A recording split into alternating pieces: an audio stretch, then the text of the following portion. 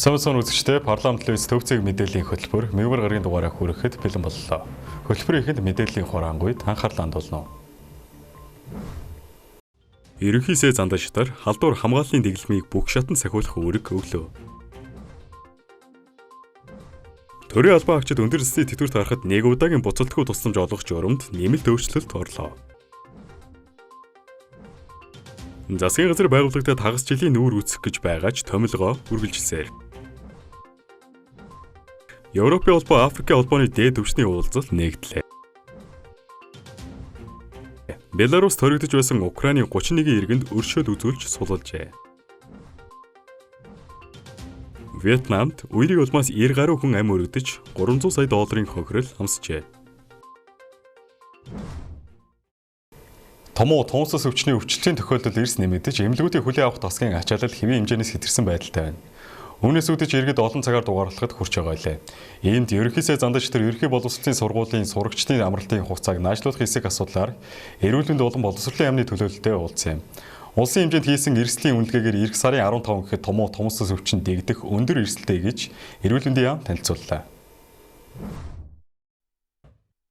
Эрүүл мэндийн яамны зүгээс багаангийн сурагчдын амралтыг 14 хоногоор наашлуулах эсвэл захим шилжүүлэх санал гаргасан. Харин боловсролын яам энэ саналыг шууд хүлээн авах боломжгүй гэв 12 сарын 1-ээс сурагчдыг амрааж эхэлвэл эд хүүтний үед амралт дуусаж хичээл цуглан тэр үед томоо төс өвчин дэгдвэл яах вэ гэсэн Наранбаяр сайдын асуултад эрүүл мэндийн яам баталгаа өгч чадахгүй байгаа юм а. Үүнтэй холбоотой ерөнхий сайд эрүүл мэндийн яамныханд онцгойлон сануулсан яриаг хүргье.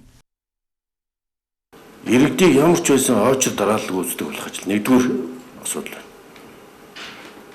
Би битүү агаарч болж байгаа газар тэгэл бараг биенээсээ алдар бол хүүхдүүд игнээс утсан 3-4 цаг зайлвал ээж аав нар цагаа алдаал ажлаа алдаал очрлоо сууж илээ шүү дээ. Бүх сургууль боловсролын байгууллагууд дээр халдвар хамгааллын дэглэмийг тогтоо.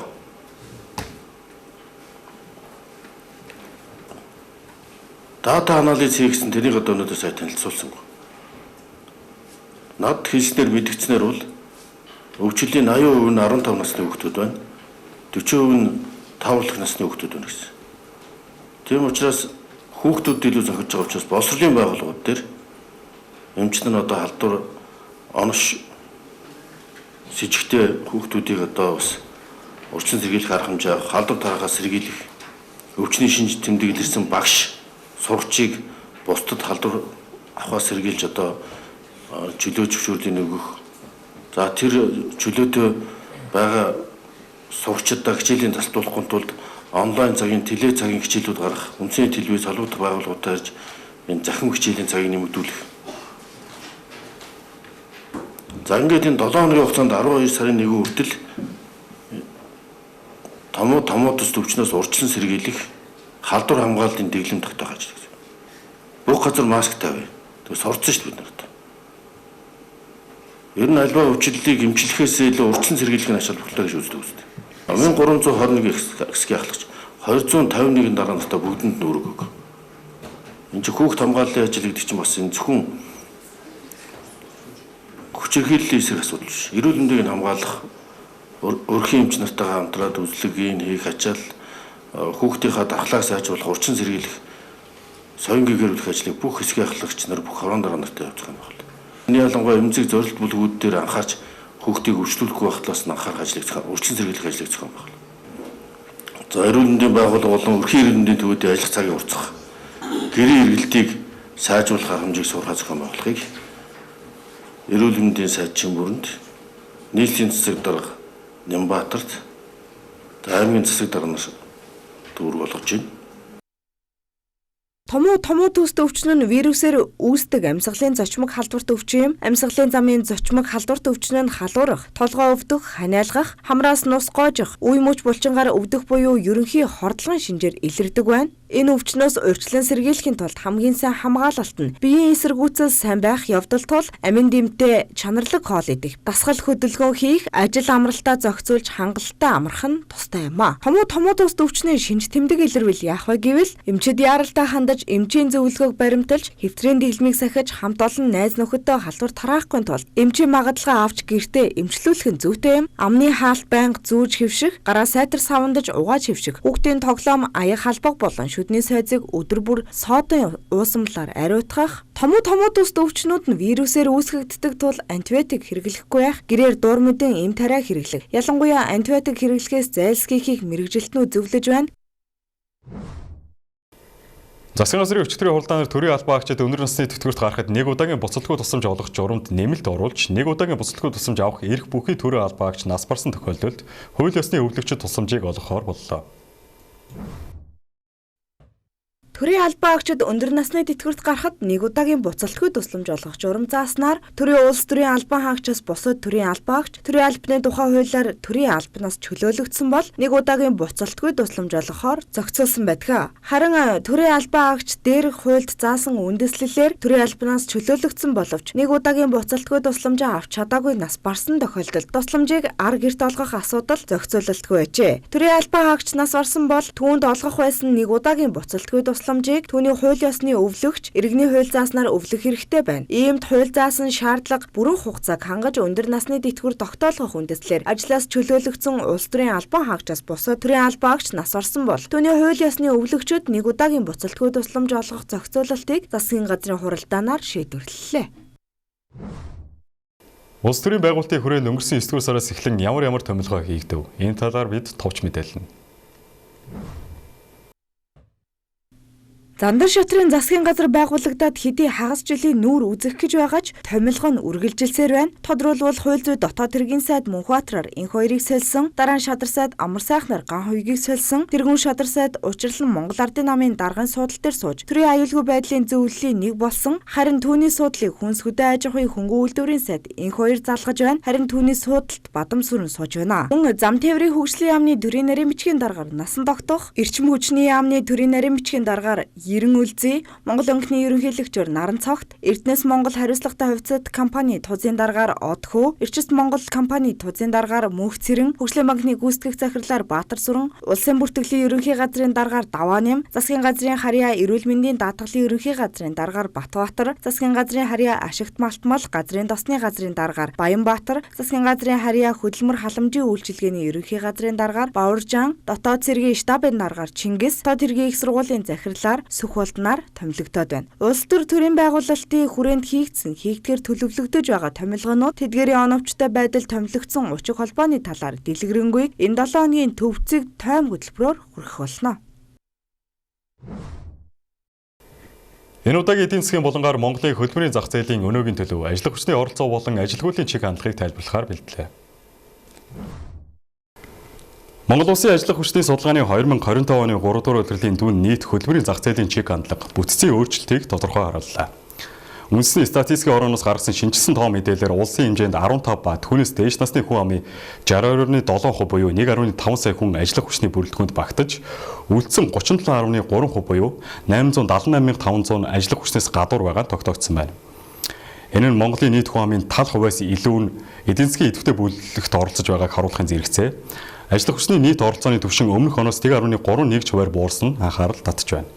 Ийхүү оролцоо буурч байгаа нь эдийн засгийн удаашрал, хөдөлмөрийн зах зээлийн бүтэц, хөдөлмөр эрхлэлтийн хэв маяг өөрчлөгдөж буйтай холбоотой гэж шинжээчид тайлбарлаж байна.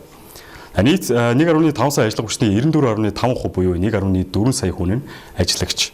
Харин 5.5% буюу 80,600 ажилгүй иргэд байгаа судалгаагаар тогтоогдсон байна. За, ажлагчдын өндөр хувь хэвээр байгаа ажлагчдын хувь өндөр хэвээр үргэлжлэж байгаа нь ажилгүйдлийн түвшин 2024 оны мөн үеэс 1.6 хувиар буурч 5.5% болсон хөдөлмөрийн зах зээлд тодорхой сайжрал гарч байгааг илтгэж болох юм. Гисэн хэдийч ажил хүчний оролцооны түвшин буурсан нийт ажил хүчний хэмжээг багасган ажилгүйдлийн коэффициент буурахад нөлөөсөн хэсэг нь гүндгэрүүлсэн тооцоолол шаардсан сэдэв хэвээр байна. Тодорхойлбол ажилгүйдлийн бууралт нь шинэ ажлын байр шинээр бий болсонтой холбоотой юу эсвэл ажилгүй иргэд ажил хайхаа зогсоож ажил хүчнээс гарсантай холбоотой юу гэдэг нь цаашдын бодлогын чухал асуулт болж байна. 2025 оны 3 дугаар улирлын хөдөлмөр эрхлэлтийн түвшин 50.2% байсан бөгөөд энэ нь өмнөх оны мөн үетэй ижил хэвээр байна. Хөдөлмөр эрхлэлтийн түвшин тодорхой хадгалагдаж байгаа нь бизнесийн орчинд тодорхой хэмжээнд тогтвортой байдал бий болсныг харуулж байгаа ч шинэ ажлын байрны өсөлт хязгаарлагдмал хэвээр байгаа нь энэхүү судалгааг мөн илтгэж байна. За судалгааны багийн тайлбарт Монголын хөдөлмөрийн зах зээл улирлын шин чанартай уул уурхай, хөдөө аж ахуйн орлогоос хамааралтай, түүх эдийн үнийн хэлбэлцэлд мэдрэмтгий байдлыг онцлсан байна. Энэ нь ажил эрхлэлтийн түвшин улирал хооронд тогтворгүй байх үндсэн нөхцөл болж байгаа юм. Ажлын хүчнээс гадуурх хүн амын хэмжээ 878,500-д хүрсэн нь анхаарал татах үс тоо. Энэ дотор сургалт ажилд суралцаж буй залуус, гэрээ ажил бүхий л хугацаагаа зарцуулж байгаа хүмүүс, хөдөлмөр эрхлэх боломжтой ч идэвхтэй хайлт хийгээгүй иргэд. Мөн өндөр наснууд хөгжлийн бэрхшээлтэй эргэж зэрэг олон бүлэг багтдаг байна. Энэ бүлгийн хэмжээ өсөх нь эдийн засгийн бодит ачааг үүрч буй ажлагчдын цөөнх болоход хүргэж, хүн амын бүтцийн доктортой байдал сөргөөр нөлөөлөх магадлалтай юм байна. Нөгөө талаас энэ бол ажлын байрны илүүцэн эргэлтийг хангах боломжит нөөц гэсэн үг. Төр хувийн хвшил, хамтран сургалт, ур чадвар олгох хөтөлбөрүүдийг бодитоор хэрэгжүүлвэл энэ 878,500-ны эдийн засгийн өсөлтийн дараагийн том төлхөөр болж чадна. 2025 оны 3 дугаар улирлын хөдөлмөрийн статистик Монгол улсын эдийн засгийн бүтцийг тодорхой гэрэлтүүлж байна гэж хэлж болох юм. Ажилгүйдлийн түвшин буурсан нь эерэг үзүүлэлт боловч ажлын хүчний оролцооны бууралтын цаад шалтгааныг анхаарах шаардлагатай хэвээр байна. Эцэст нь дүгнэж хэлэхэд хөдөлмөрийн зах зээлийн шинэ зураг Монгол улс ур чадварын шилжилт, эдийн засгийн бүтцийн өөрчлөлт, хөдөлмөр эрхлэлийн шинэ хэм маяг руу орох заагт ирснийг тодорхой харуулж байна. Хамгийн гол нь өнөөдрийн тоонууд бол ирээдүйн бодлогын эхлэл юм. Улаанбаатар хотод барих Дулааны 5 дугаар цахилгаан станц төслийн нөлөөлөлт 26 нэгж талбараас одоогоор 19-ийн чөлөөлөд байна. Эрчим хүчний салбарт төр хувийн хвшлийн түвшлээр хэрэгжүүлэх стратегийн анхны бүтээн байгуулалт болох тус төсөл нь 300 мегаватт цахилгаан, 340 гигакалори дулаан үйлдвэрлэх хүчин чадалтай байх юм байна. 2028 онд ажилтнад оруулахаар төлөвлөд байгаа Дулааны 5 дугаар цахилгаан станцыг Баянгол дүүргийн 20 дугаар хорооны нутагт эсгэр Дулааны цахилгаан станц 2 үндсэн сангийн 26 га талбайд байгуулах юм байна. Дулааны 5 дугаар цахилгаан станц ашиглалтад орсноор үйлдвэрлэлийн 90% төвийн сүлжээнд нийлүүлж, эрчим хүчний систем дутагдж буй хүчин чадлыг нөхөх юм байна. Мөн нийслэлийн баруун бүс буюу 40 мянган айл бүхий 5 шар 21-р хороолол, Хилчээ отхон, Баян шүү 1, 3, 4-р хорооллыг дулаанаар 100 мянга орчим өрх, аж ахуй нэгжийг цахилгаанаар хангах нөхцөл бүрджээ.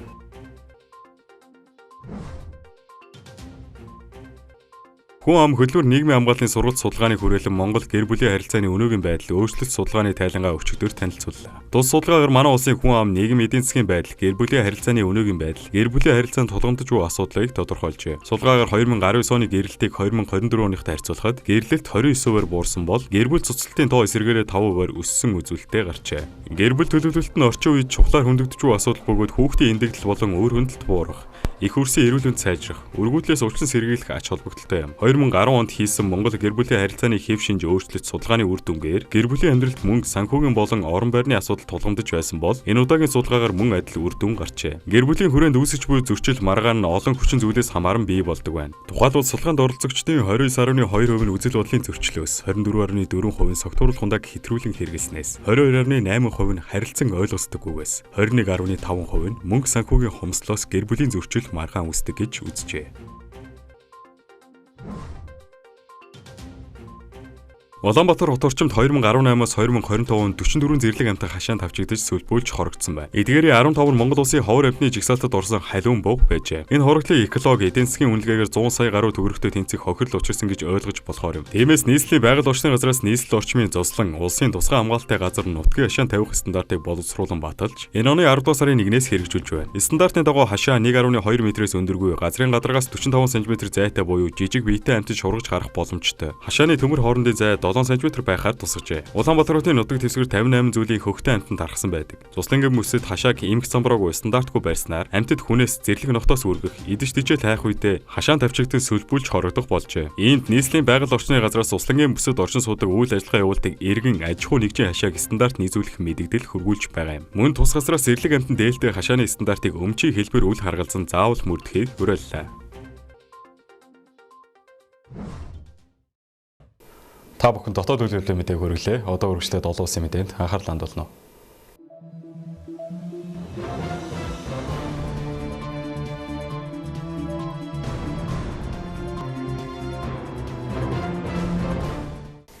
Харин тэргүй үзэгчтэй төвцөг мэдээллийн хөтөлбөр олон улсын мэдээгээр үргэлжилж байна.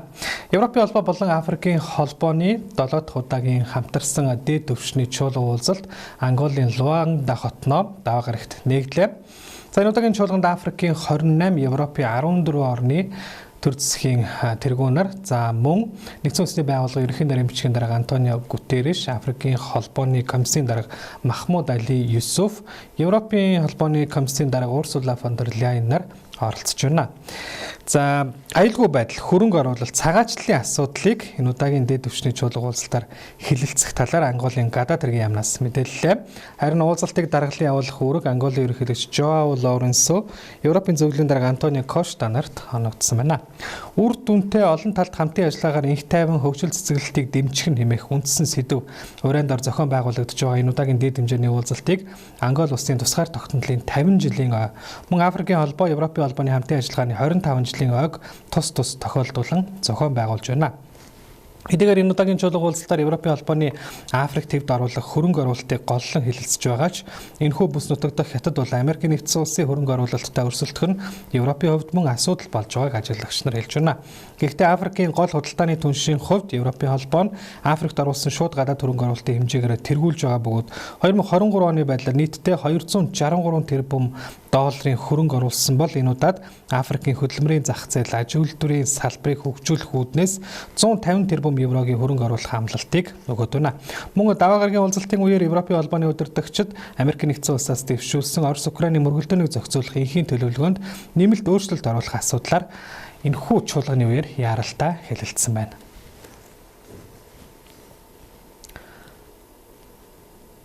Оросын албаны улсын ойрын холбоотон Беларусь улсын ерөнхийлөгч Александр Лукашенко Украины 31 иргэнд өршөөл үзүүлж судлахаар болсон талаар өнгөрсөн амралтын өдрүүдээр мэдэгдсэн. За тэгвэл Беларусь хариуцж байсан Украины дээрх иргэдийг сулж нутагт нь буцаасан байна. За энэ нь Америк нэгдсэн улс болон Беларусын ерөнхийлөгч нарын хоорондох тохиролцоо болон Украины талын хүсэлтийн дагуу дайныг зохицуулах нөхцөлийг бий болгох зорилгоор гаргасан шийдвэр гэдгийг Беларусын ерөнхийлөгчийн тамгын газрын эвлэлийн төлөөлөгч Наталья Эйсманд мэдэгдсэн байна. За Дональд Трамп Лукашенкотой хийсэн яриа хэлэлцээндээ улс төрийн хоригдлуудыг суллахыг шаардсан бол хариуд нь Америк нэгдсэн улс Беларусын үндэсний агаарын тээвэрлэгч Белавиад тавиад байсан хоригоо хэсэгчлэн суллах амлалтыг өгсөн. За мөн тус агаарын компани онгоцнуудад засар үйлчлэгээ хийх сэлбэг хэрэгсэл худалдан авахыг зөвшөөрсөн байна. За Украины иргэдийг сулж нуцаг буцаасан талаарх мэдээллийг олзлогдсон цэргийн албан хаагчидтай харилцах асуудал эрхэлсэн Украины зохицуулах штаб батлан мэдэгдсэн бөгөөд эдгээр иргэд нь Беларусын нутагт дэвсгэр цаатуулагдж байсан 2-11 жилийн хорих ялаар шийтгүүлсэн эрэгтэй эмэгтэй Украины иргэд байсан талаар мэдээлжээ.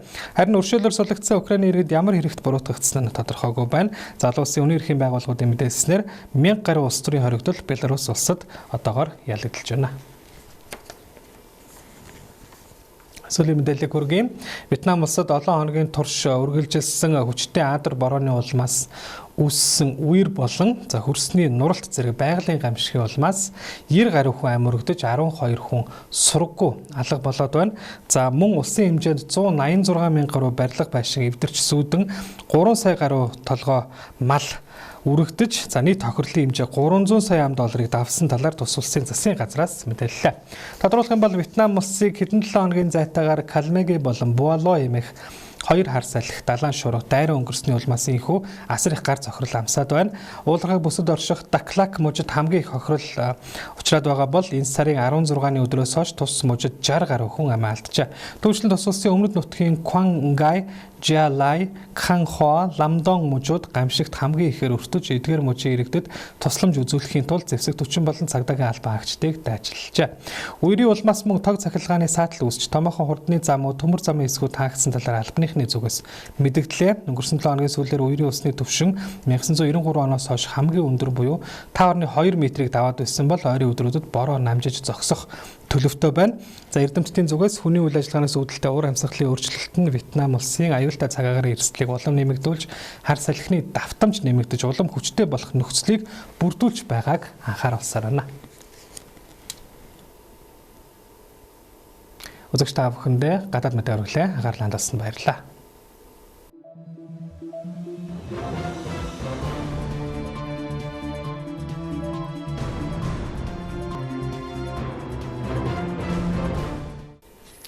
Төвцөг мэдээллийн хөтөлбөрийн өнөөдрийн дугаар өгөөр өндөрлөж байна. Анхаарлаа хандуулсанд баярлалаа. Баяр таа.